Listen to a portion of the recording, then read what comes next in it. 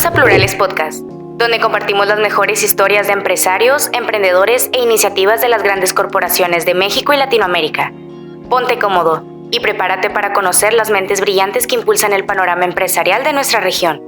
¡Comenzamos! Bueno, pues primero que nada agradecer de nuevo por estar en otro episodio de este Plurales Podcast. Ya saben que este podcast es para hablar sobre el tema de responsabilidad social desde las diferentes trincheras que hemos venido teniendo invitados del tema del sector empresarial, del tercer sector social y también de algunos emprendedores y emprendedoras, ¿no? Pero ahora, cumpliendo parte de los retos del buen Samuel, tenemos su nominación y que ahora hacemos posible este enlace, digamos, internacional, brincándonos al tema de América Latina. Tenemos a Dasil Acevedo. Muchísimas gracias, Dasil, por estar con nosotros. Ya sabemos que hay diferencia de horarios entre que nos platicábamos, contestabas ahí conectadas con Luna, pero ya es posible, ya estamos acá. ¿Cómo estás? ¿Todo bien? Muy bien, Tony, muchas gracias y muy honrada de estar en este podcast de Plurales, así que felicidades por la gran labor que realizan de divulgar todos estos temas y darle espacio a diferentes líderes a que compartan sus experiencias e inspiren a los emprendedores, ¿no? Así es, excelente. Pues me voy a permitir presentar un poquito de la trayectoria, que la verdad fue como resumimos toda esta trayectoria porque es demasiado. Bueno, Dasil Acevedo, originaria de Panamá, y está allá con unas horas. ¿Cuántas horas nos llevamos, Dasil? 2 horas. Excelente. Pues bueno, socia fundadora de Sinergia 507, que es una empresa de consultoría y capacitación reconocida por brindar soluciones y prácticas efectivas al tema institucional y también a algunas empresas, lógicamente, en el tema del desarrollo económico, el tema social y sobre todo el medioambiental, que ahorita nos vamos a platicar y enfocar un poquito de ese ambiente o de ese sector en particular, ¿no? Actualmente se encuentra como consultora senior, tienes más de 18 años de experiencia en este ambiente y experiencia profesional a nivel de América Latina, en Estados Unidos, vimos por ahí temas de Asia, Argentina, Taiwán, las Islas Malvinas y lógicamente tu Panamá, ¿no? Entonces, exdirectora de sostenibilidad en Estratego, también primer mujer presidente del Consejo del Sector Privado para la asistencia educacional. Y recientemente, y aquí así como ponen sonidos de porque se encuentra dentro del top 20 del ranking de los mejores líderes con reputación en Panamá por Merco, que es Iberoamérica, Monitor Empresarial de Reputación Corporativa. Ha colaborado, pues lógicamente ya dije, en muchísimas partes. Ha tenido también algunas intervenciones con organismos internacionales como es UNICEF, como es el BID, el CAF, Banco Mundial, y lógicamente también ha participado como docente en algunas universidades como Washington University, en San Luis, Universidad de Buenos Aires, en nuestro Tecnológico de Monterrey, y en la Universidad Autónoma Tecnológica de Panamá, ¿no? Entonces, bueno, no me voy a extender porque si no nos acabamos todo el tiempo del podcast aquí platicando sobre tu trayectoria, pero bueno, una experta en área social, en el tema del Caribe, en toda esta parte de la estructura, sobre todo económica, social y ecológica, que creo que en eso nos vamos a enfocar. Nos platicamos ahí en qué nos enfocamos, sobre qué platicamos, y va a estar muy interesante esta charla. No sé si algo se me pasa, algo que queramos agregar. Dasil. No, bueno, que quiero mucho a México y estoy muy honrada de esta invitación y he sido profesora del TEC de Monterrey en un programa que se llamó Global MBA for Latin American Managers. Era un programa regional para para managers y también muy cercana a Fundación E y su presidente ejecutivo Samuel González, a quien muchos de ustedes conocen. Así que yo soy casi, diría yo, hada madrina de Fundación E. Así que muy, muy contenta. Y hemos hecho muchas cosas juntos a nivel de Latinoamérica con Samuel. Excelente, pues Samuel, buen Samuel, le escribimos y en cuanto le escribí, Samuel, estamos haciendo el podcast, yo voy. Pues no vas a venir y va a ser remoto, pero pues interesante. Claro. Tú muy padre también. Excelente fundación en las iniciativas y lógicamente muchas alianzas que tienen. Pero vamos a iniciar, ahora sí que vamos a iniciar directamente con la entrevista, más que nada va a ser plática, ¿sí? Vamos a preguntar y cotorrear, yo digo un poco sobre el tema de responsabilidad social, pero platícame, vamos a iniciar con este rollo de la motivación. ¿Por qué motivarte en ese aspecto? Háblame, ¿cómo brincaste el tema social? ¿Cuáles fueron esos puntos? ¿Dónde iniciaste? ¿No fue como me voy a adentrar a ese tema social? Y después yo creo que ya salió de directriz en tema medioambiental, pero platícame cómo fue Dasil que se involucró en estos proyectos y este tercer sector de la sociedad. Bueno, muchas gracias, Tony. Primero empecé como voluntaria. Yo siempre tuve vocación de servicio, vocación social, así que empecé. Originalmente, Tony, soy de Argentina, para que sepas, pero migré a Panamá me casé con un panameño y después me divorcié del panameño, pero quedé en Panamá, volví con otro panameño, es el padre de mi hija y estamos muy felizmente casados. Así que realmente tengo ahí una doble nacionalidad, vamos a decir. Pero empecé en Argentina como voluntaria, ayudando a escuelas en áreas rurales muy pobres. Entonces tuve siempre una vocación solidaria y de mucho compromiso social. Pero conforme pasó el tiempo, me di cuenta, Tony, que el sector social en esa época por lo menos era muy asistencialista, era muy filantrópico, asistencialista, y yo no veía un cambio social, no veía un impacto. Todos los años íbamos a la misma comunidad y la gente seguía igual. Y de alguna manera era muy unilateral. Nosotros íbamos a ayudar y la comunidad nos empoderaba. Entonces, de ahí empecé a fundar redes, movimientos, organizaciones de tipos sociales que luego se fueron conectando con redes internacionales, principalmente de temas de jóvenes, y ahí obviamente conocí un poco el mundo y tuve la oportunidad de viajar por muchos lugares del mundo, y así fue como cuando conocí, de hecho, a Samuel y Fundaciones. Fui la coordinadora global de algo que se llamó la Cumbre Mundial de Emprendimiento Juvenil, que estaba en 55 países, y a mí me tocaba monitorear 55 países en Asia, África, América Latina, cómo los jóvenes estaban promoviendo emprendimientos innovadores que tuvieran un enfoque de sostenibilidad, la parte ambiental.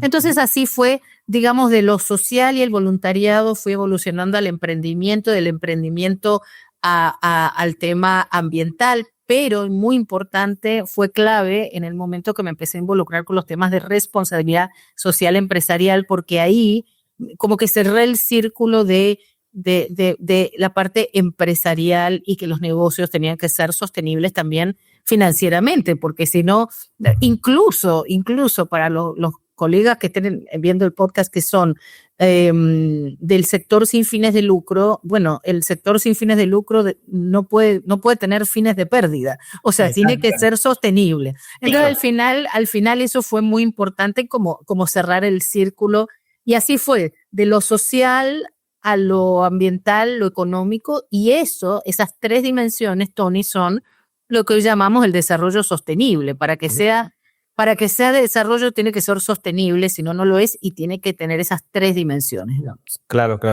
Excelente. Pues vemos y después cómo te fuiste adentrando en este rollo de medio ambiente, que es el enfoque ahorita, que una de las cosas que vamos a platicar sobre un fondo que te toca a ti, digamos, medio auditar y seleccionar esos posibles proyectos, ¿no? Digo, ya con esta trayectoria de no solamente decir, pues a mí yo conozco a alguien, me pusieron en tal fundación. No, y creo que eso es bueno porque hay muchos emprendedores sociales que nosotros lo vemos y nos topamos y han sido voluntarios de nosotros, de otras asociaciones, de otros grupos, y creo que mucho está esa parte, ¿no? O sea, vienes de la estructura. A mí me tocó ser voluntaria, tener todas las experiencias, empezar a toparme con estas realidades que de repente nosotros lo que buscamos como plurales y como empresa social, simplemente esa terminología, es decir, no somos una asociación sin fines de lucro, somos una empresa social.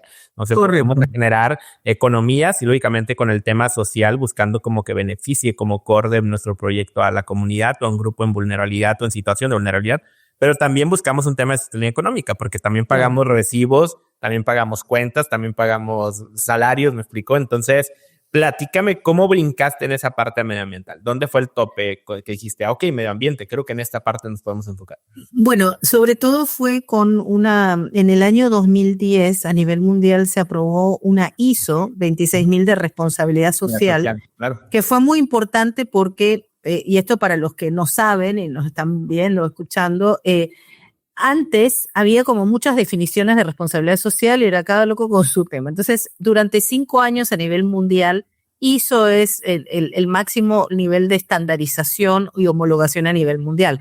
Todos hablamos el mismo idioma. Entonces, ahí lo interesante es que participó el sector público, el sector privado, los sindicatos, las ONGs, la industria, la academia, todos los sectores, los organismos internacionales se pusieron por 5 años a pensar qué era esto. Y lo interesante, Tony, que le sacaron el apellido empresarial a responsabilidad social, porque el movimiento venía desde ahí, sobre todo en Latinoamérica, pero la realidad es que la responsabilidad social es de todos, es individual, es personal, es familiar, institucional, comunitaria, etcétera. Entonces fue muy bueno porque ya dio una visión más amplia de responsabilidad social. Y ahí hay una parte muy importante que tiene que ver con la parte ambiental de las organizaciones, porque otra cosa que le hizo 26.000 es que empezó a enfocar en la organización como un todo, de una manera integral y holística. Entonces, no importa si yo soy una empresa, soy una fundación o soy una universidad, yo tengo que gestionar responsablemente la organización. Y donde estamos más débiles en América Latina es en la parte ambiental. Los temas, yo te diría, los temas sociales, los temas económicos, hasta los de ética, transparencia, están o regulados o no, pero son casi una exigencia. Los temas ambientales, nuestras legislaciones en América Latina son muy por debajo de lo que es el estándar mundial. Entonces, falta mucho y falta mucha concientización y todo. Ahora, cada vez más, sobre todo porque las nuevas generaciones, esto ya viene en el chip, esto ya viene incluido en el chip con el cual ya nacen, eso es muy buena noticia, pero están heredando un mundo que no era sostenible, un mundo totalmente insostenible por las prácticas en general que hay. Y de hecho, te digo, Tony, en la década de los 70, en 1970, los ecologistas decían pensar globalmente y actuar localmente. Los tildaban de locos, hippies, ambientalistas.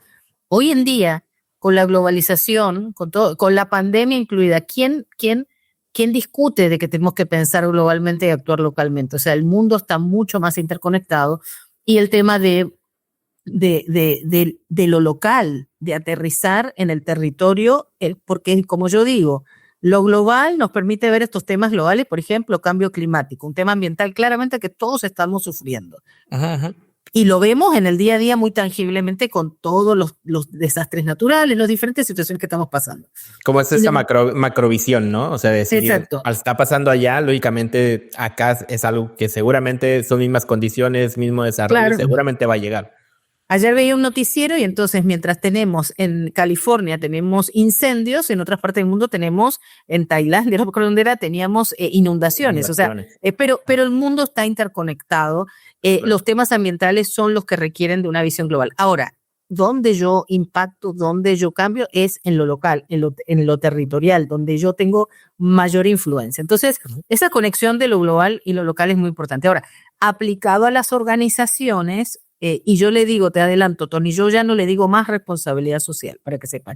Y doy clases en la universidad y yo hablo de gestión responsable. Es decir, primero para tener un enfoque de gestión, porque la gente tiende a pensar que responsabilidad social, como ven solo la parte social, es hacia afuera.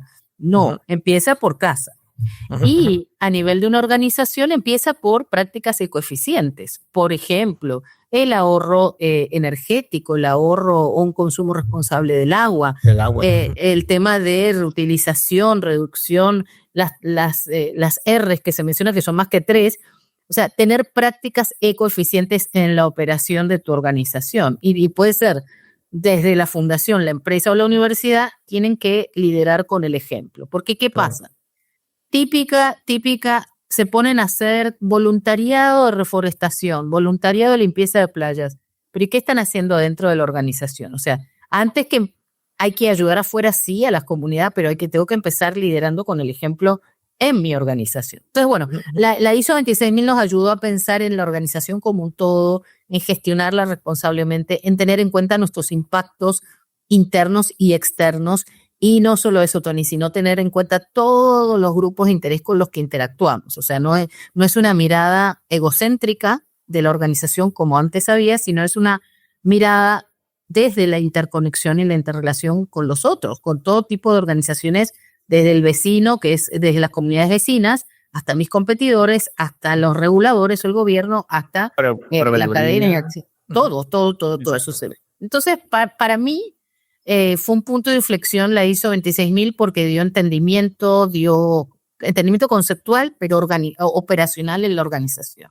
Y lo otro muy importante en el tema ambiental, Tony, fue la realidad del mundo que por otro lado también es increíble que por temas políticos haya gente que niegue el cambio climático, pero desde la ciencia la evidencia es más que contundente que si seguimos en este patrón actual, no nos queda mucho tiempo más del 2050 como civilización. Ese es el nivel de gravedad.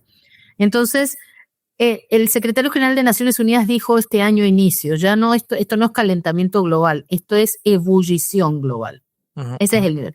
Acá en Panamá, donde yo vivo, por ejemplo, acaban de mudar, y esto no es ciencia ficción, pasó la semana pasada, una isla completa en el archipiélago en San Blas, que es un lugar paradisíaco, que hay una población indígena que se llaman los gunas, esa es la etnia. Tuvieron que mudar una isla completa porque estaba a punto de desaparecer porque ha ido subiendo el mar por el tema de el aumentado la temperatura del mar, sube el mar y estaban a punto de desaparecer. Entonces, por un tema humanitario y de sobrevivencia, esa gente que fue isleña toda la vida, la mudaron ahora a tierra firme, pero digo, es un impacto muy grande lo que les pasó, se quedaron sin hogar, literalmente. Exacto. Entonces, hoy en día tenemos refugiados climáticos, migrantes por razones climáticas, que eso no se veía antes. O sea que el nivel, vamos a decir, de la crisis es tan grande en tema ambiental que ya no podemos mirar para otro lado. Así que, y creo que además, bueno, la buena noticia del lado para los emprendedores es que los inversionistas están pidiendo proyectos con esas etiquetas. Totalmente, o sea, con el impacto, que tú puedas mostrar el impacto social y ambiental, o sea, además de que sea rentable financieramente, muéstrame cómo estás solucionando un problema de lo que estamos viviendo, social o ambiental, de una manera, digamos, sostenible también financieramente, un poco lo que estaban contando ustedes mismos, ¿no? Gracias por seguir escuchando Plurales Podcast. No olvides que nos puedes encontrar en Spotify, Amazon Podcast, Google Podcast y Apple Podcast. Además de seguirnos en nuestras redes sociales oficiales para conocer sobre iniciativas, proyectos y campañas con responsabilidad social. Continuamos.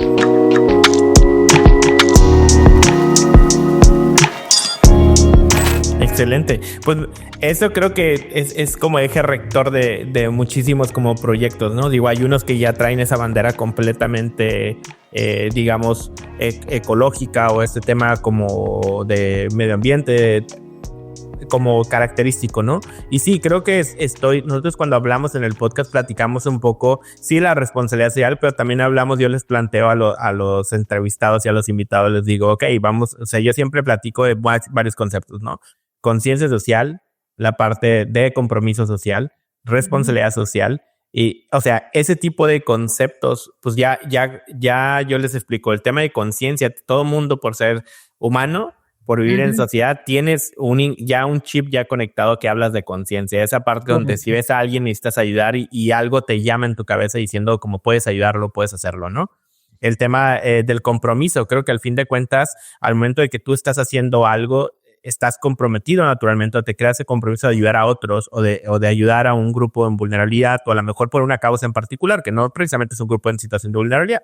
También puede ser unas causas como estas globales que también puedes aportar en algún punto, ¿no? Y creo que estos dos principios llegan, como tú dices, de casa, ¿no? O sea, es desde ti, la persona, desde tu grupo, desde tu familia, desde tus amigos, tus colaboradores, ¿no? Ya brinca el tema de la responsabilidad social, donde ya hablamos de, ok, de hecho lo platicábamos con Ariosto, ¿no? O sea, yo le preguntaba, ¿cuál crees que es la responsabilidad social más grande de la industria, ¿no? Y él decía, la responsabilidad más grande es generar empleo. O sea, si yo estoy generando riqueza, tengo que generar empleo y lógicamente esto brindar economía de productos más alcanzables para la sociedad, que al fin de cuentas, mi fuerte es tener personas que estén trabajando con nosotros. Entonces creo que es el compromiso más fuerte, pero ahí lógicamente conlleva muchas cosas más. Pero el primero es eso, ¿no? Es la parte de yo poder generar empleo que impacte en el tema económico y cuestión de desarrollo, de competencias, de todo este tipo de cosas, ¿no? Pero cuando ya le preguntaba sobre conciencia y este tipo de cosas, decía, ok, ya es diferente porque eso ya vamos de diferentes conceptos. Creo que ahí coincidimos mucho con lo que tú dices, ¿no? También el quitarnos esa etiqueta cuando hablamos con empresarios o empresarias dueñas de proyectos, es como, sí, el tema de donaciones. No, o sea, el tema de responsabilidad social no nomás es firmar un cheque.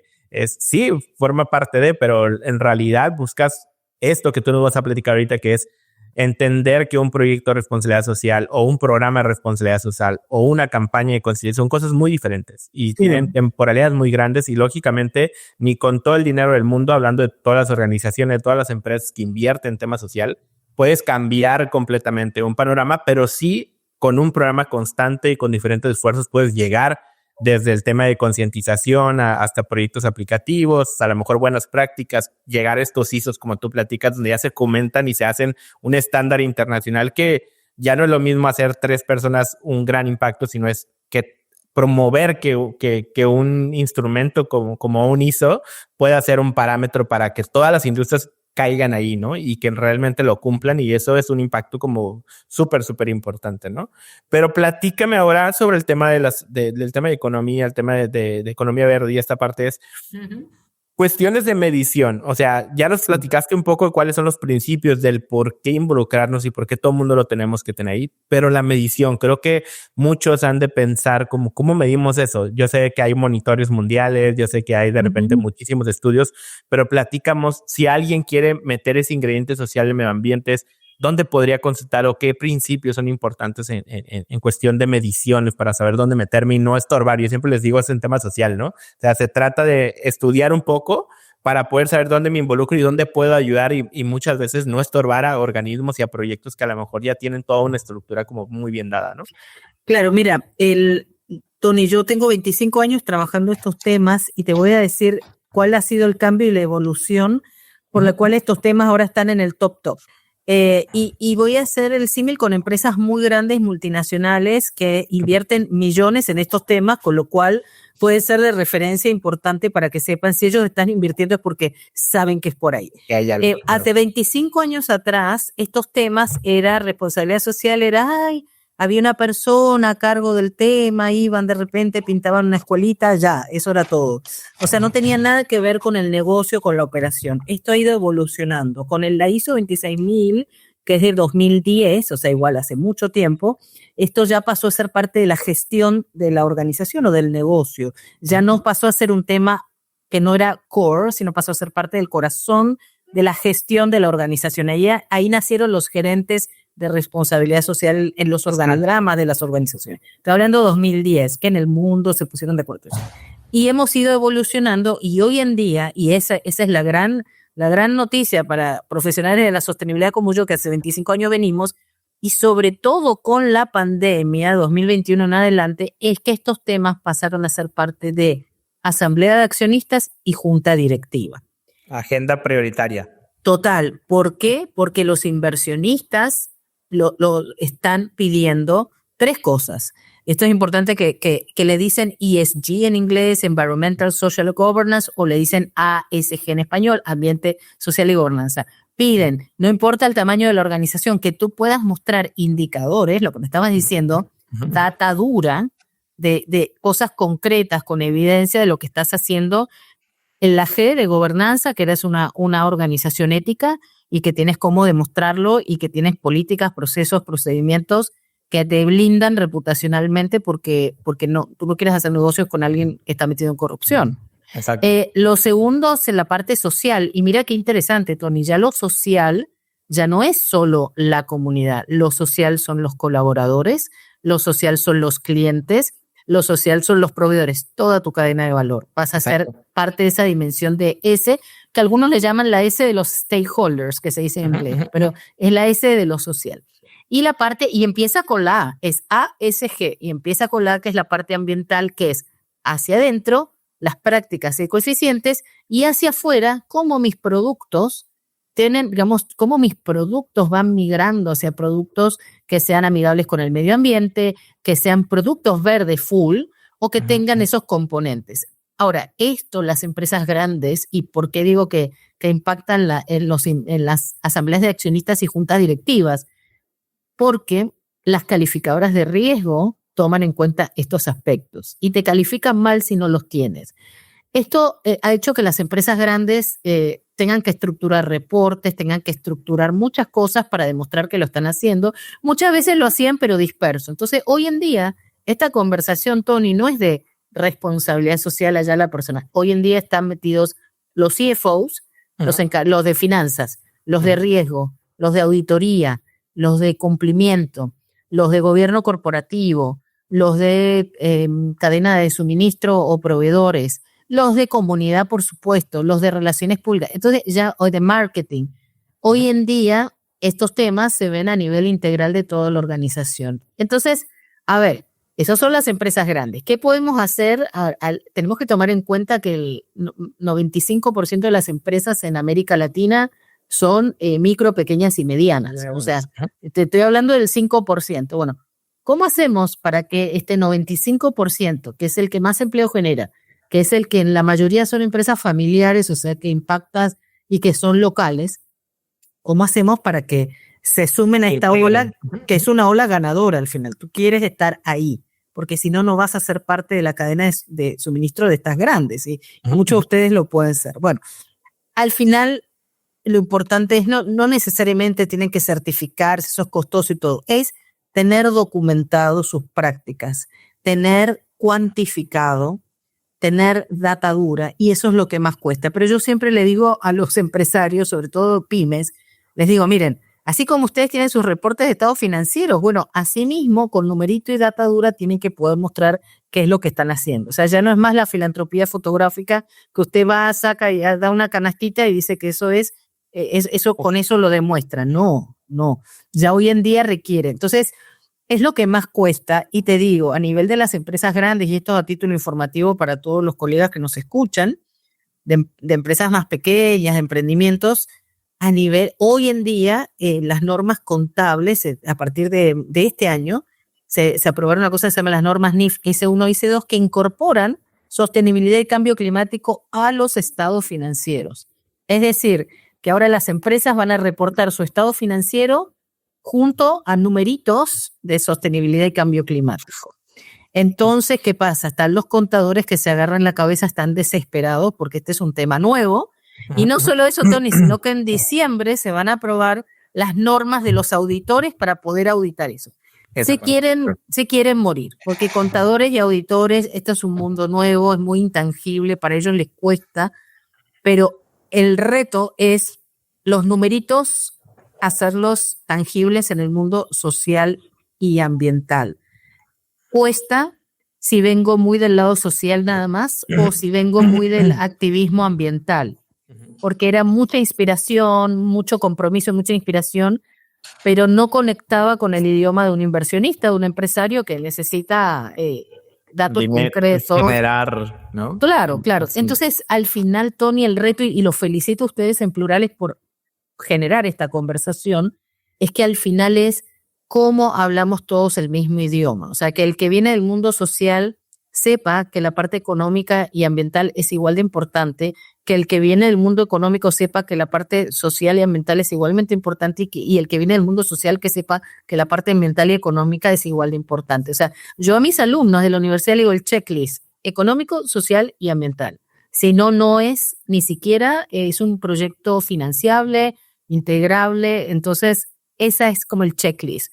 Entonces, y ya, digamos, claro, la inspiración ayuda a tomar conciencia, pero el impacto solo es posible cuando actuamos, si no es puro bla, bla, bla. Y que eso a mí siempre insistimos y platicamos, y en esas conversaciones con otros organismos, con empresarios que son con este sentido social, ¿no? Decimos esta parte o sea, nosotros trabajamos proyectos con iniciativa privada también, sobre todo en nuestro core de nuestros clientes, y muchos de esos hacemos endomarketing, que es esto que platicabas, y yo siempre les platico a los chicos en universidades cómo es el concepto o sea, es el nuevo marketing, porque las marcas ahorita, las industrias, pasaron de ser un ícono, un símbolo, a ser una persona, y empezaron a personalizar todas las marcas, las grandes industrias, porque la persona que trabaja ahí sigue siendo una persona y se va a sentir como empática cuando ve que esta empresa donde trabajo se preocupa por otras personas. Entonces, naturalmente, creo que esta parte de trabajar internamente, como nos lo dice el endomarketing, yo le digo a las empresas, no precisamente a lo mejor tienes que impactar a una comunidad, a lo mejor si eres nuevo en esta parte, vamos a empezar con tu comunidad. O sea, tú tienes grandes problemas que tienen que ver con rotación de personal, por ejemplo, en México, a nosotros en la frontera, en Tijuana, pues es mucha rotación, gente que viene, como personas que migran a esta parte, y es como, ya me ofrecieron un peso más y me muevo. O sea, hay que ver un sentido más humano de cómo la persona le da un valor más que sea una chamba y un cheque, ¿no? Que sea ¿Por qué no hacemos un programa social donde enfocamos a los hijos de tus colaboradores, independientemente de tus colaboradores? Y muchos empiezan, ya rompieron esa barrera y hay muchísimos programas que los ven como incentivo. O sea, ves de repente ofertas de empleo acá en Tijuana y es como, sí, te ofrecemos este salario, pero fuera de eso tienes este ambiente, tienes estos beneficios, familia, o sea, un montón de cosas que ya se vuelven un plus para la persona, ¿no? Y creo que eso es el principio del endomarketing y Blue Y de hecho, ¿no? sí, y de hecho, Tony, hoy en día el talento, que muchas veces cuesta para las empresas conseguirlo, el talento exige, o sea, no es solo salario, hay salario emocional que tiene que ver con todos esos incentivos, pero incluso preguntan, bueno, ¿qué tiene un programa de voluntariado corporativo? ¿Qué causas apoya? ¿Qué organizaciones está apoyando? O sea, eso pasa a ser importante. Y te digo, no solo para el talento, sino para el cliente, el consumidor. Claro. Que a mí más que consumidor me gusta hablar de ciudadanos, ¿no? Ciudadanos que consumen y son responsables y participan. Y entonces esto ya hoy en día todos lo están exigiendo. Ahora, la buena noticia es que las nuevas generaciones ya lo exigen, ni siquiera lo piden, lo exigen. Con lo cual las empresas, yo estoy en muchas juntas directivas, asesoro hace muchos años a la junta directiva de la Asociación Nacional de Recursos Humanos que reúne a todos los vicepresidentes de recursos humanos de las principales empresas y ellos te lo dicen. Hoy en día yo tengo que tener una oferta de valor muy buena donde conecto con causas, donde mi marca. Y por otro lado, me encanta el enfoque de ustedes de endomarketing. Tengo un cliente muy grande que justamente identificamos que, bueno, se capacitó a la gente en estos temas de sostenibilidad, todo esto que estamos hablando. Sin embargo, para internalizarlo era importante hacer campañas con los colaboradores, una empresa grande. Porque si tú concientizas a tus colaboradores, esa es tu primer comunidad y es la que puedes tener más impacto directo, ¿no? Y entonces crearon un área de endomarketing, bajo marketing, crearon endomarketing enfocado a campañas de ambientales, sociales, para que el colaborador sea un embajador de la marca. Eso está muy padre. O sea, y eso es el futuro, lo que estamos viendo. Y acá digo, no es que estemos en pañales, está la NOM 035 que tiene que ver con salud emocional en los colaboradores. Está el tema de, la ISO 26000 la he visto en muy pocas empresas por acá, pero está lógicamente para socialmente responsable, que hay una acción CEMEFI que generalmente la promueve acá, lo conoces. Y hay otras como Great Place to Work y algunos otros como incentivos, ¿no? Pero creo que ese principio y me da mucho gusto que tú lo plantees como lo menciono, ¿no? Es pensar desde lo local teniendo este panorama mundial, ¿no? Entonces nosotros hemos venido trabajando y impulsando y es algo que seguramente después te vamos a platicar como que ya se logró, pero estamos buscando ese tema de buscar una certificación local, o sea, algo que sea de Tijuana para la entidad específica en Tijuana y buscar que los consejos empresariales, los consejos de desarrollo económico locales sean los abanderados, no un CEMEFI, que tienen buenas prácticas, no digo que no, pero simplemente que el sector privado pueda decir esto es lo que necesitamos y nosotros podemos tener como este fuerte, ¿no? Pensar en ese dualidad de sectores entre el privado y el social, ¿no? Claro. Y lógicamente que el gubernamental se siente en algunos puntos para facilidad de que se operen las cosas, pero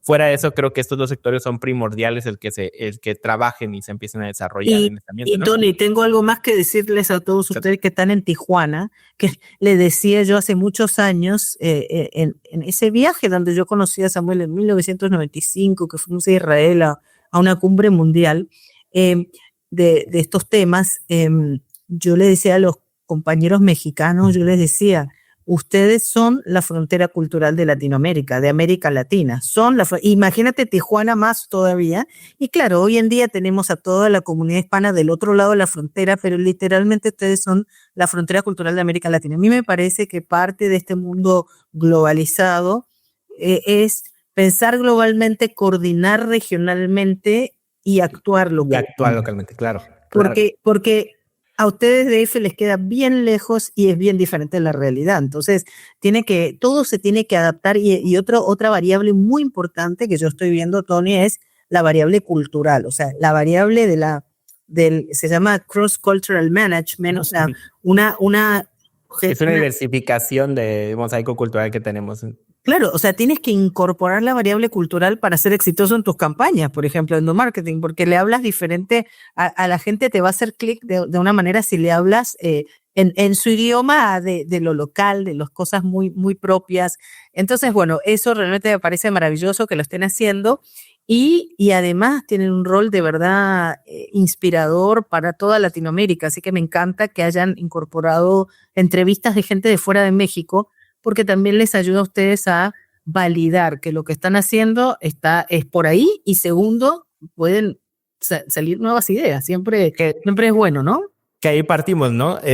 Me gustó cómo partimos este rollo del tema global y hacerlo local. Y Claro. para nosotros, y como todo, no solamente hablar de un tema social, se dice que el viajar a otros países te abre tu panorama. Esta zona de confort te abre esta zona mágica donde dices, yo no sabía que existía esto. Y nos ha tocado también algunas cumbres que ha participado parte del equipo de acá es, oye, yo voy con una problemática que para mí era como súper impactante y llego y me topo con jóvenes a lo mejor en el sur de Asia, en África, que en realidad su problemática es cómo llevo agua a mi comunidad. Dices, o sea, yo me estoy preocupando por tal cosa y te crean esos baldes de agua fría donde, ok, tengo que hacerlo más, de alguna forma tengo que trabajar y escarbar más, ¿no? Pero eso creo que es algo importantísimo. Y Tony, te quiero decir con lo que estás diciendo, mira, a mí me cambió la vida cuando coordiné globalmente esta iniciativa de emprendimiento juvenil que les contaba, que ahí conocí a Samuel y su hermano.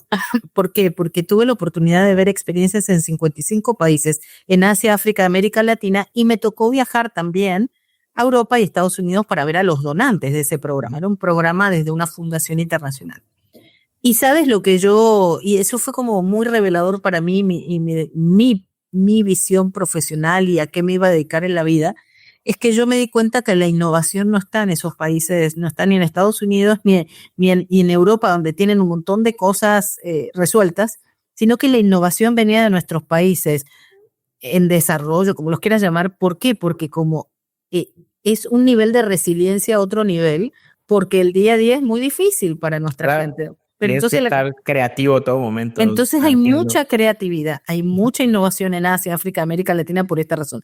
Pero donde yo además vi más potencial por las oportunidades que como región tenemos que no ves en otras, es el tema del idioma. Español o portugués son muy similares. O sea, realmente tenemos una unidad lingüística, cultural, una biodiversidad maravillosa. Como región somos una potencia de biodiversidad natural, todavía queda, y además tenemos mucha gente joven todavía.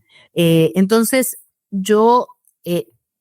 ahí yo dije, mi misión en la vida va a ser América Latina, porque yo pudiera literalmente vivir, trabajar donde yo quisiera, pero yo decidí que América Latina iba a ser mi propósito y mi misión, porque yo le veo todo el potencial a la región. Bueno. Creo que donde tenemos que trabajar más definitivamente como región es en la parte de un liderazgo responsable de los ciudadanos, que al final eligen gobiernos que después nos lamentamos, pero es parte de eso. Hay que involucrarse, hay que participar. Yo actualmente soy la vicepresidenta del Centro Latinoamericano de Innovación en Políticas Públicas y justamente colaboro de ahí con experiencia más que todo del sector privado, sociedad civil. ¿Por qué? Porque yo creo que hay que involucrarse como ciudadanos. Por eso yo ni hablo de consumidores, ni hablo de ciudadanos. Claro. La ciudadanía plena se ejerce en todos los planos, ¿no? Si eres un consumidor, si eres un productor, lo que sea.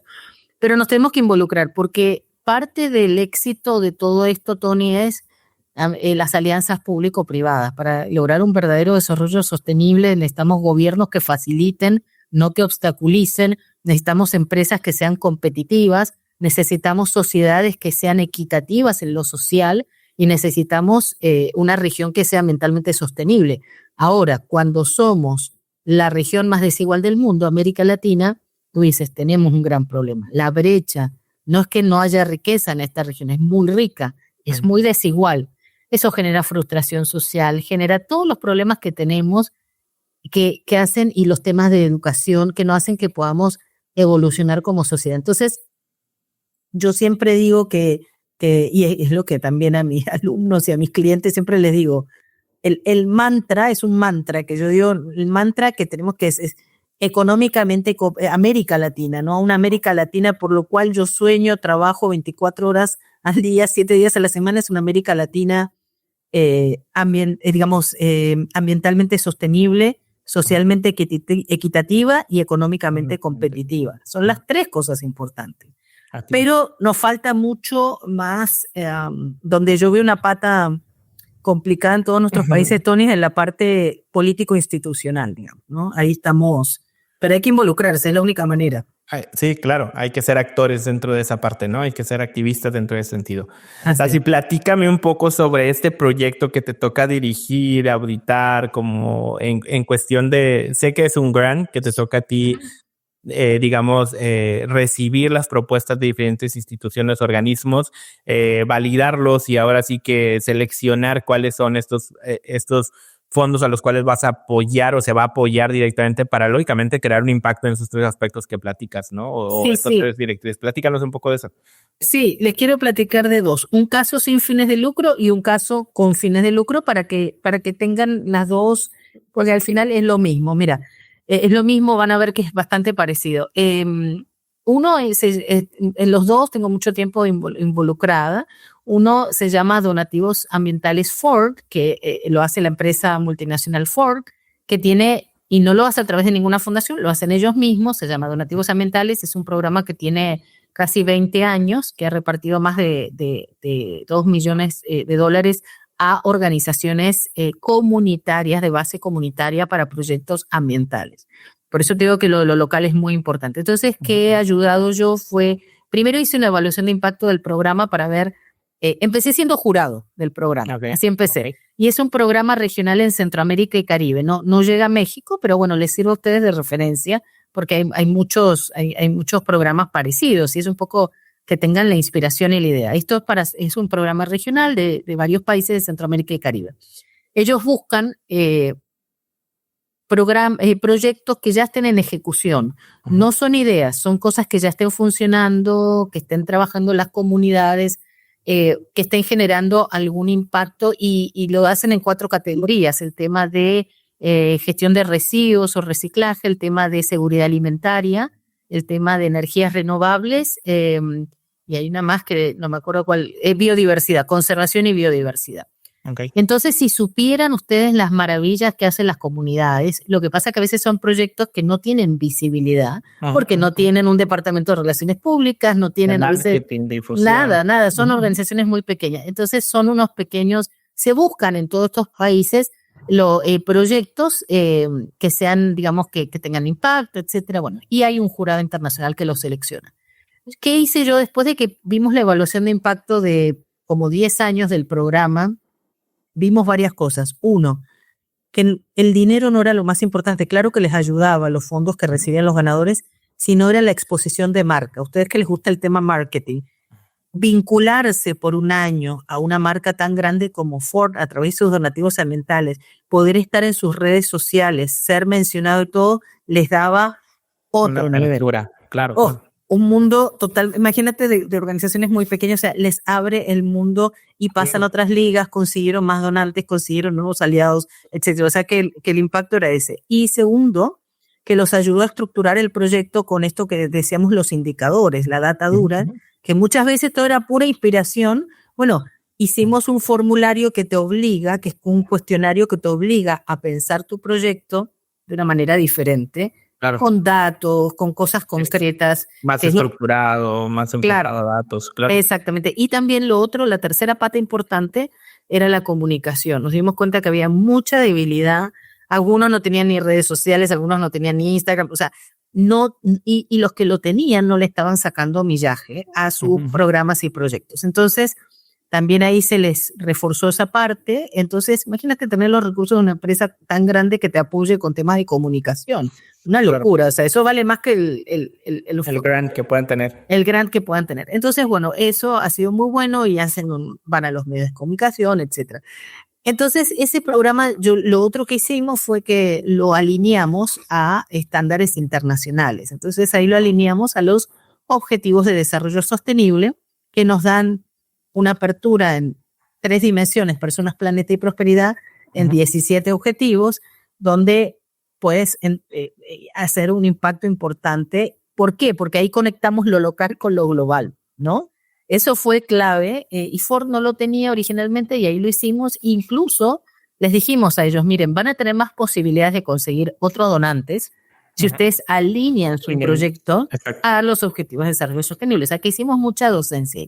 Y hoy en día es parte de algo que tienen que llenar y completar y reportar cómo están impactados. Entonces, eso también, muchos de ellos ni sabían que era eso, pero claro, las empresas que los querían apoyar necesitaban, por sus estrategias corporativas, alinearse a lo de ese tanto, al de cambio climático, al de no sé qué. Entonces, tenían que hacer. Y lo otro, el chip, y eso es más reciente, decir, bueno, ok, usted es un activista ambiental en su comunidad, tiene una organización, viene realizando un proyecto, perfecto. Pero no es solo lo ambiental. Dígame cómo está impactando la economía local con su proyecto y dígame cuál es el impacto social de su proyecto. Fíjate que estos son full ambientales. ¿Cómo les ha costado, pero se ha logrado que empiecen a pensar de manera integral? Porque yo les digo, miren, al final el desarrollo sostenible es el desarrollo económico, social y ambiental. Su proyecto va a ser un proyecto ambiental porque ese es el objetivo del programa, pero usted tiene que poder explicar. Entonces ahí empezamos a ver de que sí generaban empleos, que eran unos pequeños empleos, generaban una mini economía verde, generaban en el tema social voluntariado de la comunidad y sumaban a escuelas. Y ahí empezamos y no pararon más y entonces les cambió la forma de contar la historia y de pensar. No era que ellos lo saben hacer muy bien, ellos son los expertos. El tema es cómo lo cuentan la narrativa, cómo conectan las variables y cómo le sacan más millaje a lo que están haciendo. Son ejecutores, ¿no? O sea, son ejecutores, más el recopilar esos datos de esa ejecución y resultados les cuesta mucho. Para algunos, exacto. Les cuesta mucho. Y bueno, y ahí es donde entran organizaciones así como ustedes que pueden ayudar o a la empresa o a la organización, ¿no? Ustedes cuando antes de la entrevista me preguntaban que si las empresas tenían que hacer ellas mismas su programa o aliarse con otras organizaciones. Mira, yo soy de la idea que zapatero a sus zapatos y que realmente lo importante son las alianzas y que si soy una empresa, por ejemplo, tengo fines de lucro, como te decía Dios, tengo que generar empleo, todas las cosas. Pero tú quieres impactar en un tema social o ambiental, bueno, alíate con el que más lo sabe, que va a ser una organización ambiental o social, siempre considerando que vas a alinear dos marcas, una marca que tiene un fin económico y una marca que tiene una causa social o ambiental, con lo cual hay que tener cuidado con a quién busco de aliado para que sume y no reste, porque a veces los temas reputacionales son importantes, ¿no? Así que bueno, eso en el mundo sin fines de lucro. Y en el otro extremo, que sería ya el mundo, digamos, de los startups y los emprendimientos, ahí justamente yo me he incorporado en una plataforma que se llama Escala Latam, que es regional, y ahí sí México entra full, y cualquier lugar de México, porque entra toda Latinoamérica, y que es una plataforma que conecta todo el ecosistema de emprendimiento en toda Latinoamérica y de innovación. Entonces ahí tienes desde las startups, los organismos internacionales, la academia, los inversionistas y todo. Y yo ahí me incorporé para agregar la dimensión de ESG o ASG, ambiente social y gobernanza, porque los inversionistas lo estaban pidiendo. O sea, ya hay una demanda de que estos temas se incorporen.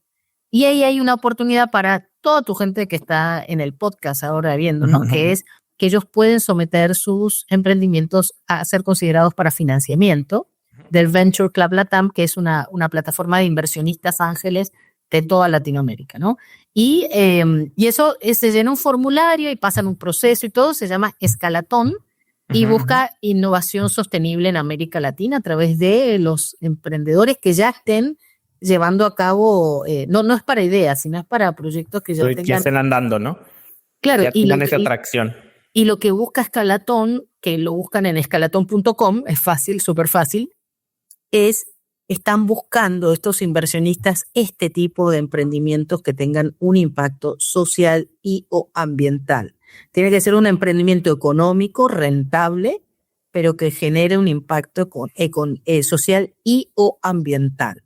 Entonces, es ideal porque ahí conectamos los dos temas, ¿no? O sea, la parte de también un poco lo que hemos conversado de emprendimiento con los que están dando fondos para innovaciones. Y, ojo, a veces es una línea que tienen que considerar porque los emprendimientos suelen ser financiados primero por amigos, familiares, y a veces la banca, algunos dan capital semilla, pero la banca tradicional no está preparada para el nivel, digamos, para las necesidades de los emprendedores de la región. En muy contados casos, sinceramente, ¿no? y el emprendedor lo ve como lejano, termina pidiendo fondos a sus amigos o familiares, hipotecando su casa, pero hay ángeles ahí, se llaman ángeles, por eso los inversionistas ángeles que andan buscando darte una mano, ser inversionistas, o sea, que quieren una rentabilidad y un retorno de la inversión, pero que está dispuesto a no solo darte el dinero, sino que acompañarte a que puedas crecer. Entonces, ese es un mundo maravilloso y que en América Latina tiene un potencial espectacular. Así que ahí, por ejemplo, Tony, todos los proyectos de agua y saneamiento, energías renovables, gestión de residuos, temas de agua, nuevas tecnologías, temas sobre todo que vinculen tecnología con seguridad alimentaria, o sea, resolviendo problemas a través de emprendimiento, tecnología e innovación. Ahí hay mucho interés, no solo en América Latina, sino en el mundo entero, porque ven América Latina como una potencia verde. Ese era un tema también que me preguntaban cuando estábamos preparando el podcast. O sea, América Latina se ve en el mundo como una potencia verde, entonces tienes mucha oportunidad de diferenciarte con otras regiones. En otros temas por ahí no podremos competir, pero en esto tenemos mucha fortaleza, ¿no? Sí, ahora sí que el tema de no estar como sobreexplotado esa parte nos permite tener como esta oportunidad de hacer criterios de esos protocolos, de esos como procesos para hacerlo de una manera correcta, ¿no? Digamos como ese tema que tú decías, como se definen, pues países en subdesarrollo, pues fuera de eso naturalmente son países vírgenes en los cuales podemos implementar cosas para no hacerlo de la manera como incorrecta en cuestión de explotación como otros países, ¿no? Y pensándolo desde el punto de vista de la economía, en la economía lo que es escaso es lo que más tiene valor. ¿Qué es lo escaso hoy en día? Escasos son los bosques en el mundo, escasos son los lugares, digamos, que no han sido intervenidos, donde están conservados, donde hay biodiversidad. Entonces, el mundo está buscando eso. Y entonces América Latina lo tiene Exacto. Y hay que cuidarlo mucho más y hay que protegerlo mucho más, pero es una oportunidad. Entonces, a todos les cuento que entramos en plena pandemia y a mí me contactaron de fondos de inversión de Arabia Saudita y de esos países que estaban cambiando todo 2021, septiembre del 2021, nunca me voy a olvidar. Ellos dijeron, bueno, antes financiábamos en cualquier parte del mundo cualquier cosa. Hoy en día nuestra prioridad es América Latina y verde. Y yo dije, wow. O sea, y lo empecé a ver después, cómo estos temas empezaron a estar en juntas directivas, en asambleas de accionistas. Entonces ya la conversación está a otro nivel. Entonces cuando ya está a nivel estratégico, llegó para quedarse y va permeando hacia abajo. Así que eso en las empresas grandes. Cuando eres un emprendimiento local y todo, realmente el poder que tienes es demostrar el impacto rápido y ágil en Exacto. Lo local, ¿no? En lo micro, por así decirlo, pero claro. Que así multiplicado pues se convierte en algo macro completamente, ¿no? Así mismo es. Y me encanta eso que dices, digo, ya nos fuimos aquí de tiempo y corrida en la plática, pero me gustaría que me platicaras en todos estos aspectos la parte de... O sea, ¿qué son esos principios que tú recomendarías para organismos de la sociedad civil o movimientos sociales o chicos que quieren emprender el tema social o tanto emprendimiento tradicional o digital? ¿Cuáles son esos indicadores que ahora sí que tú das, de estando en la mesa de tener proyectos y evaluarlos? ¿Cuáles son los que tú recomendarías? Enfócate en procura tener esta información, investiga sobre esto. Siempre que vas a presentar un proyecto, a buscar un grant o lo que sea, o a una alianza estratégica, ¿cuáles son los puntos que tú en tu experiencia podrías decir, clávate en esto, tenlo súper pulido, los datos? Dime tú esos indicadores, ¿no? Te voy a dar un ejemplo concreto para que sea más fácil ilustrarlo. Con una empresa mexicana, de hecho. Mira que acá hay una empresa pequeña, pero muy exitosa, de alquiler, que está acá en una comunidad en el este de la ciudad de Panamá, que alquila equipo de carga, ¿no? Entonces lo contratan, no solo en Panamá, sino en varios países de Centroamérica, o sea que hasta tiene clientes internacionales, empresa familiar, 10 colaboradores, ellos alquilan. Entonces tiene a Cemex de cliente, por ejemplo. Okay. Y uno de sus proveedores es Caterpillar. Entonces, Cemex cliente, Caterpillar proveedor. En noviembre del año pasado, me llama desesperada la dueña. de la empresa. Que encima, después de la pandemia, ya ni tenían oficina física, sino que cada uno de su casa, no había ni un lugar físico donde reunirse. Bueno, no importa. ¿Qué pasó? Tanto Caterpillar como Cemex, o sea que ella hacía negocios con empresas grandes y estaban muy contentos de su servicio. Casi en simultáneo le mandan cuestionarios y le dicen, mire, mi casa matriz me está pidiendo que tengo que cumplir, usted si quiere ser mi proveedor o mi suplidor, según fuera Cemex o Caterpillar, necesito que me complete toda esta información. Bueno, la señora lloraba porque no tenía nada. No tenía un organigrama de la organización, no tenía una dirección física, no tenía políticas, procedimientos, manuales, de nada, ni de recursos humanos, ni nada de calidad, menos, pensemos, sellos de calidad, menos. No tenía estructurado un programa de relacionamiento con la comunidad, no tenía un código de ética, no tenía, y puedo seguir.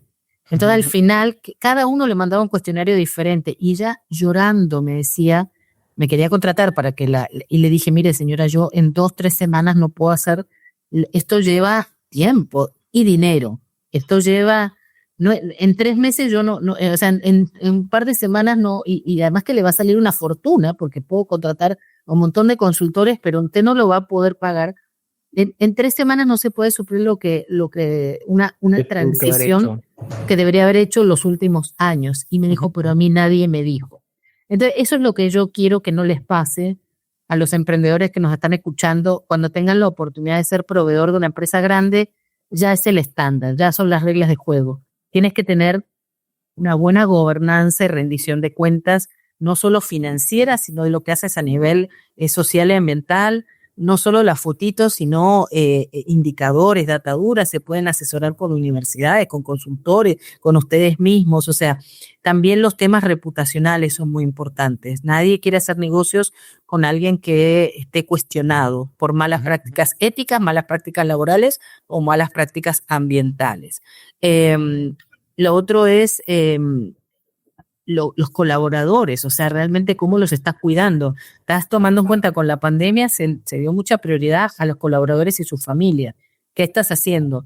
¿Cuántas mujeres tienes? ¿Estás dando igualdad de oportunidades? ¿Cómo estás en el tema salarial? Todo eso te lo piden. Es más, tienes que mostrar y te piden. Entonces, esta señora, doy el caso porque es una empresa familiar de 10 personas que se quedó sin su principal cliente, Cemex, y se quedó sin su principal proveedor, Caterpillar, porque no pudo completar un cuestionario donde no pudo ni completar uno de las cosas que le preguntaban. No tenía ni un organigrama. Okay. ¿Era rentable económicamente? Sí. ¿Era eficiente? Sí, porque hasta clientes en Centroamérica. Pero el mundo cambió. Entonces, elevar los estándares implica probablemente también, Tony, incorporar otros perfiles a la organización que antes no tenía. Bueno, ustedes saben, el tema de comunicación, mercadeo clave, pero también monitorear la reputación, poder tener prácticas hacia adentro, hacia afuera de eficiencia, no solo económica, sino también ambiental y poder demostrarlo. Tener ese compromiso que decíamos, no solo con la comunidad, sino con mis colaboradores y su familia, y todo poder demostrarlo. Y donde yo veo más debilidad también en Latinoamérica en general, y ahí es desde empresas grandes hasta la más chiquita, no hay una cultura de documentación. Todo es informal, todo es echando el cuento, todo es en un TikTok, no, o sea, para estos nos piden, es como si tuviéramos que pasar una auditoría. Ok, claro. Soy una empresa ética. Ok, ¿dónde está su código de ética? ¿Cuál es la evidencia de que usted tiene un compromiso? Soy una empresa que tiene compromiso social. Ok, ¿cuál es su política de inversión social? ¿Qué monto de donaciones ha dado en el último tiempo? ¿Qué porcentaje de sus colaboradores son voluntarios? Y así.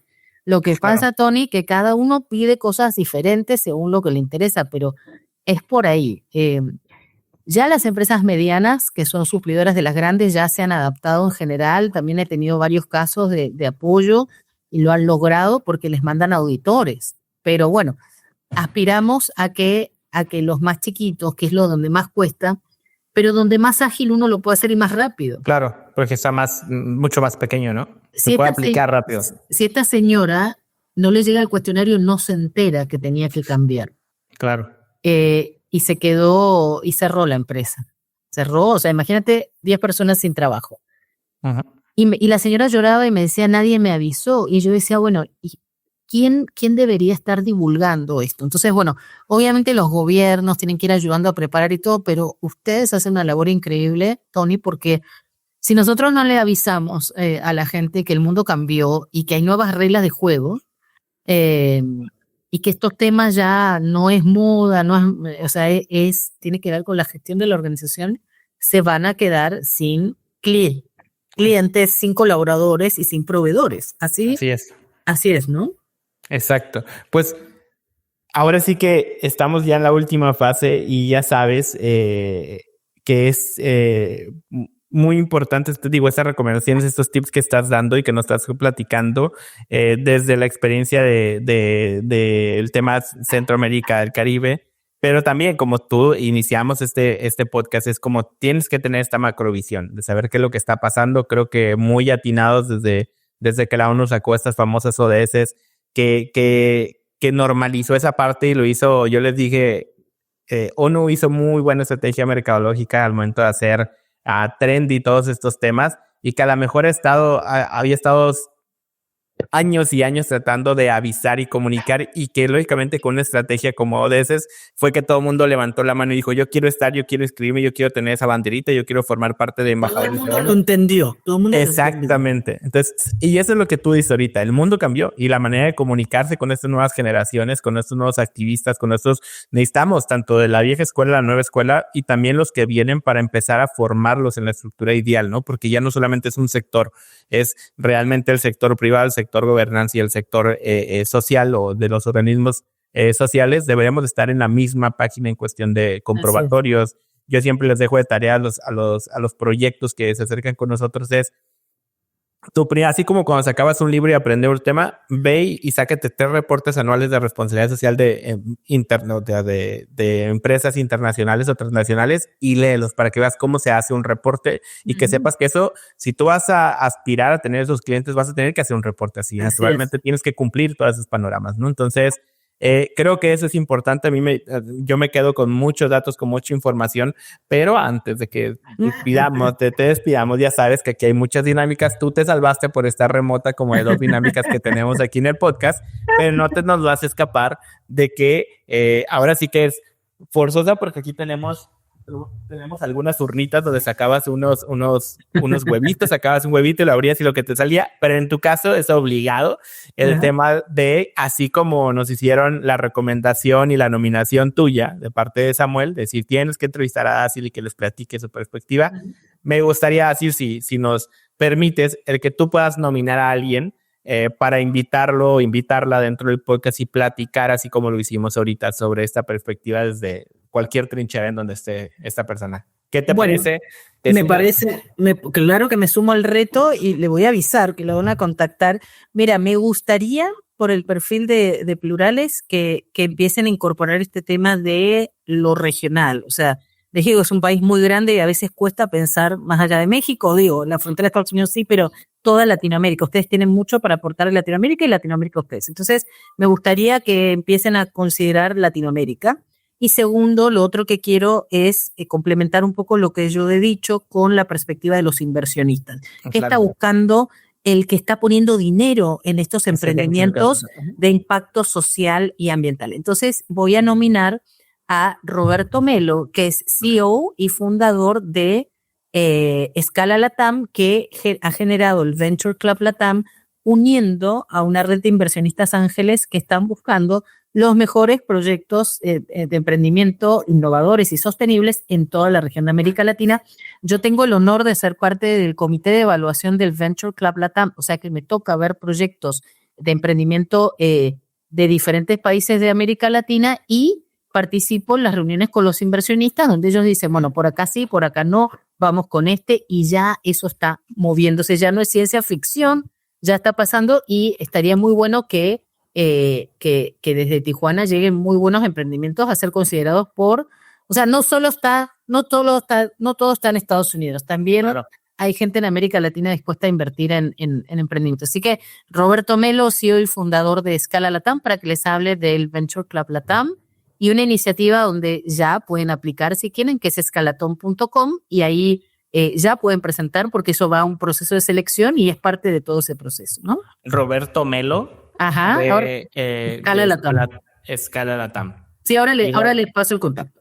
Perfecto. Pues ya esperemos pronto tener aquí al invitado a la nominación y que nos platique esta perspectiva, que a mí me encanta cada vez que tenemos invitados y que nos hacen estas nominaciones, porque ya viviendo esta experiencia, lo que platicamos del cotorreo que surgió en el podcast, es como tiene que sentarse tal persona y a veces nos dicen, ¿sabes qué? Tengo dos que van a volar la cabeza, te los puedo, tú dale, o sea, la intención. Y vas construyendo toda la historia, me encanta, está buenísimo. Este es un cotorreo muy, muy productivo además. Nosotros y nuestras palabras, ¿no? Pero bueno, excelente, Daciel, no me queda más que agradecer, sé que traes muchos otros compromisos también, agradecer de verdad por tomarte el tiempo de estar por acá, de platicarnos toda esta experiencia que tú tienes, digo, resumida, sé que es muchísima más, pero creo que esto es lo que queremos nosotros con Plurales Podcast, ¿no? Que sepan que no solamente todo está como en lo que yo veo de aquí a lo que alcanzo así a la lomita, a ver, ¿no? Realmente hay muchos parámetros, hay muchas cosas que nos faltan por trabajar y si se trata de profesionalizar esta área social, es importante tener estas visiones, estas perspectivas, ¿qué busca la empresa? ¿Qué hacen otros activistas sociales? ¿Qué está haciendo el emprendedor para ver cómo yo puedo integrarme como core y como parte fundamental de cualquier proyecto, sea un proyecto nuevo, sea un proyecto andante, o también a lo mejor, como tú dices, Daciel inició como voluntaria, entonces naturalmente eso te va aperturando a decir y miren qué estructura, dónde estás, ¿no? Entonces, creo que eso es importante. Cada quien tiene un camino en el tema social o de empresas sociales y para mí es como respetable todos nosotros. No somos tan conocedores del tema grants y el tema de fondos porque realmente nuestro enfoque es mucho el tema de iniciativa privada, pero ahorita ya es como que, ¿sabes qué? Ya es hora, tenemos estructura de vamos a enfocarnos a los grants. Yo sé, he estado también y algunos colaboradores como haciendo asesores de proyectos, siendo como, ahora sí que vengas el proyecto para acá, aquí lo podemos como tropicalizar y claro. Pero creo que es algo y te lo digo, nosotros que tenemos ya casi 9, 10 años como proyecto, naturalmente es como pues... Ahorita vamos a decir apenas entrar en este mundo del tema de los proyectos, de los grants.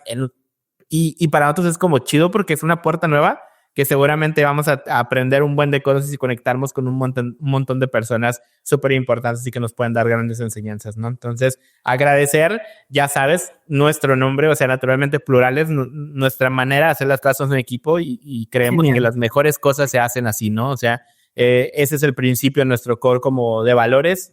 Realmente a veces nos preguntan ustedes qué hacen, en qué se enfocan y es como somos medio diversos porque no tenemos una bandera, ¿no? No tenemos economía, no tenemos tema de no violencia, o sea, en realidad nosotros hacemos motorcitos sociales y podemos tener diferentes banderas porque acercamos a otros expertos para poder desarrollar. Eso está buenísimo, así que los felicito por una década de contribuciones desde Tijuana para el mundo, ahora. Eso, y eso qué padre, que cada vez vamos a abrir más puertas. Daciel, agradecerte de verdad. No sé si me gustaría que nos dijeras a dónde te pueden buscar, si hay una página, sé que está esta parte de tu emprendimiento donde has trabajado ya durante muchos años. Si nos compartes redes para poder buscar sobre Sinergia 507 o alguna otra proyecto del que te gustaría que se vincularan contigo. Sí, yo soy la socia de Estrategia y Sostenibilidad de Sinergia 507, de la cual soy fundadora y socia, y somos una empresa de consultoría en sostenibilidad y capacitación, y trabajamos con empresas principalmente, y ahí, bueno, nos buscan en redes sociales de Sinergia 507, y a mí también me pueden ubicar en Instagram, en Daciel Acevedo, también en X, así que bueno, a la orden y feliz de estar acá con ustedes. Y muchas gracias, muy honrada. No, pues excelente, muchísimas gracias, pues con esto vamos a despedir el podcast, muchísimas gracias por estar con nosotros, esténse pendientes de las siguientes emisiones, de las siguientes, que nos sigan, ya saben, en todas las plataformas de Spotify, de Apple, de Google, de todas las plataformas como nos pueden encontrar y compartir este podcast a todas las personas que les interesa este tema social, profesionalizar y sobre todo hacerlo como cada vez más visible y más, digamos, normalizado el tema de la conciencia, el sentido social, la responsabilidad, el tema de enfoque social, todo como los conceptos que le queremos dar, pero al fin de cuentas todos tenemos que sumar este granito de arena, ¿no? Pues muchísimas gracias, nos vemos en el siguiente episodio. De nuevo, gracias, Daciel, por esta parte de la entrevista. Gracias a ustedes, un abrazo y feliz día. Chau, chau. Excelente. Bye.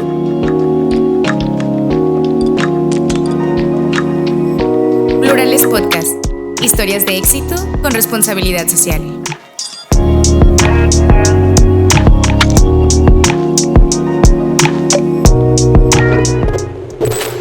Producción por Laboratorio Gráfico Gujulá.